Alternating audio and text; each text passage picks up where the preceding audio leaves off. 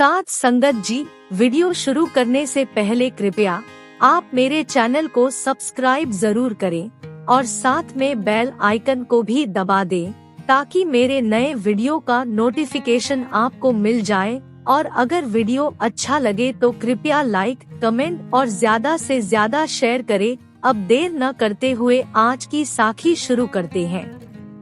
साथ संगत जी, हम में से बहुत लोग रोज गुरुद्वारे या किसी न किसी सत्संग में जाते हैं और वहां जाकर सेवा भी करते हैं। लेकिन साथ संगत जी, हम वहां जाकर सेवा ऐसे करते हैं जैसे सेवा करके कोई एहसान कर रहे हैं, लेकिन हम भूल जाते हैं कि बेशक सेवा हम दूसरों की कर रहे हैं, लेकिन कर्म तो हमारे खत्म हो रहे होते हैं, भलाई तो हमारी हो रही होती है। इसलिए साथ संगत जी, हमें हमेशा निष्काम भाव से और बिना फल की चाहत से सेवा करनी चाहिए और उसको सेवा नहीं, अपनी जिम्मेवारी समझनी चाहिए, क्योंकि उस सेवा को करने से हमारे ही मन को शांति मिलती है और हमारे अंदर नम्रता आती है और हमें अपने विकारों से छुटकारा मिलता है। इसलिए साथ संगत जी, गुरु घर को अपना घर समझकर सेवा करनी चाहिए और निष्काम भाव से करनी चाहिए। साथ संगत जी, आज की इस साखी में आपको पता चलेगा कि निष्काम भाव से की गई सेवा का क्या फल मिलता है और कैसे गुरु हमारे ऊपर दया करता है। अगर आप ये जानना चाहते हैं तो कृपया इस वीडियो को अंत तक जरूर देखें। अब वीडियो शुरू करते हैं। एक समय की बात है, चौथे पातशाही श्री गुरु रामदास जी महाराज के समय में, जब अमृतसर में श्री हरमंदिर साहिब की सेवा चल रही थी। उस वक्त संगत बहुत ही प्रेम प्यार से सेवा कर रही थी। श्री गुरु रामदास जी महाराज वहीं बैठकर रोज संगत को सेवा करते हुए देखते थे। उस संगत में उस समय का सबसे बड़ा राजा भी सेवा करने के लिए आता था। वो राजा रोज सुबह आता और शाम तक सेवा करता। राजा बहुत प्रेम प्यार से सेवा करता। जब राजा सेवा कर रहा होता तो गुरु साहिबान उस राजा को देखकर मंद मंद मुस्कुराते रहते थे। पहले तो राजा का ध्यान इस तरफ नहीं गया, लेकिन जब रोज ही ऐसा होने लगा तो उस राजा से रहा नहीं गया और वो गुरु साहिबान के पास चला गया। गुरु साहिबान के पास जाकर राजा ने माथा टेका और बड़े प्यार से पूछा, हे सच्चे पातशाह, मैं कुछ दिनों से देख रहा हूँ कि जब भी मैं सेवा कर रहा होता हूँ, आप मुझे देखकर मुस्कुराने लगते हैं। इस बात में क्या राज है?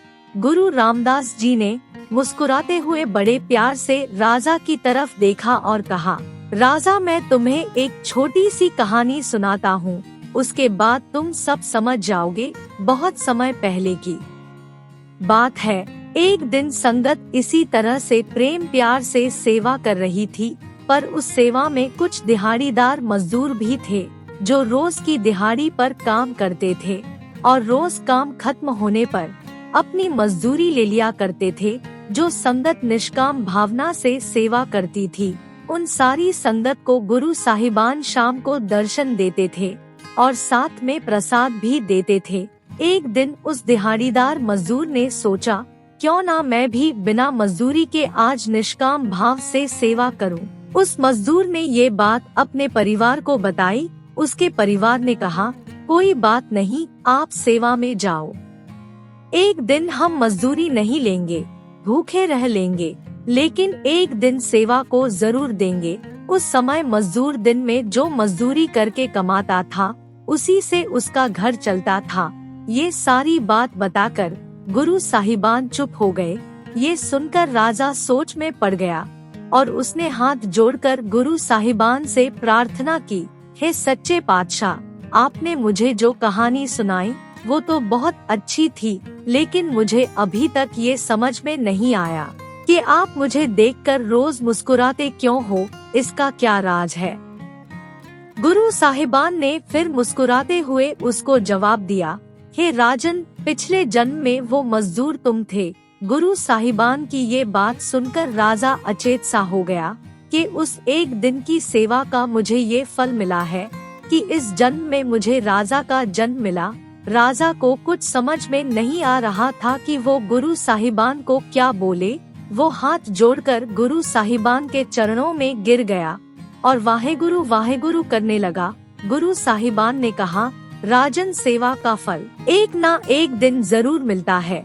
सेवा कभी व्यर्थ नहीं जाती। सेवा चाहे ज्यादा की हो या चाहे थोड़ी, जो सेवा हम हृदय से निष्काम भाव से करते हैं वो हमारे लेखे में लिखी जाती है और उसका फल हमें जरूर मिलता है। निष्काम भाव से की गई सेवा का फल कभी व्यर्थ नहीं जाता। इसलिए राजन, जब भी सेवा करो निष्काम भाव से करो, ताकि वो सेवा मालिक के दरबार में परवान हो सके। साथ संगत जी, इस सुंदर साखी से हमें ये शिक्षा मिलती है कि हमें कभी भी सेवा फल की इच्छा से नहीं करनी चाहिए, क्योंकि जो सेवा फल की इच्छा से की जाती है उसका कोई फायदा नहीं होता। वो सेवा बिल्कुल व्यर्थ जाती है, क्योंकि किसी की मदद या गुरु घर में सेवा हमें अपने लिए करनी है। अगर हम फल की इच्छा लेकर सेवा करेंगे तो फिर उस सेवा का क्या फायदा। जब भी किसी की मदद या गुरु घर में सेवा करनी है वो निष्काम भाव से करनी चाहिए। गुरु घर में की हुई सेवा कभी भी खाली नहीं जाती। वाहेगुरु की नजर हमेशा ही हमारे ऊपर होती है और उसने ना जाने हमारे लिए क्या सोच कर रखा होता है। लेकिन जब हम सेवा का फल मांगने लग जाते हैं तो वाहेगुरु के घर में वो सेवा कभी परवान नहीं होती।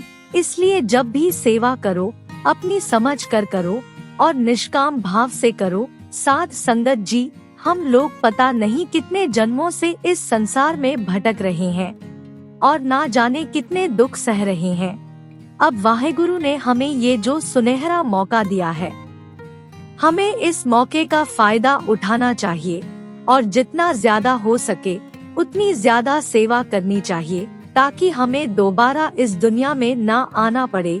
साथ संगत जी, अगर हम अपना काम जिम्मेवारी से करेंगे और बिना नागा नाम जपेंगे और वाहेगुरु के हुक्म में रहेंगे तो वाहेगुरु इस दुनिया में भी हमारी संभाल करेगा और हमारी मृत्यु के बाद भी हमें अपने घर में जगह देगा।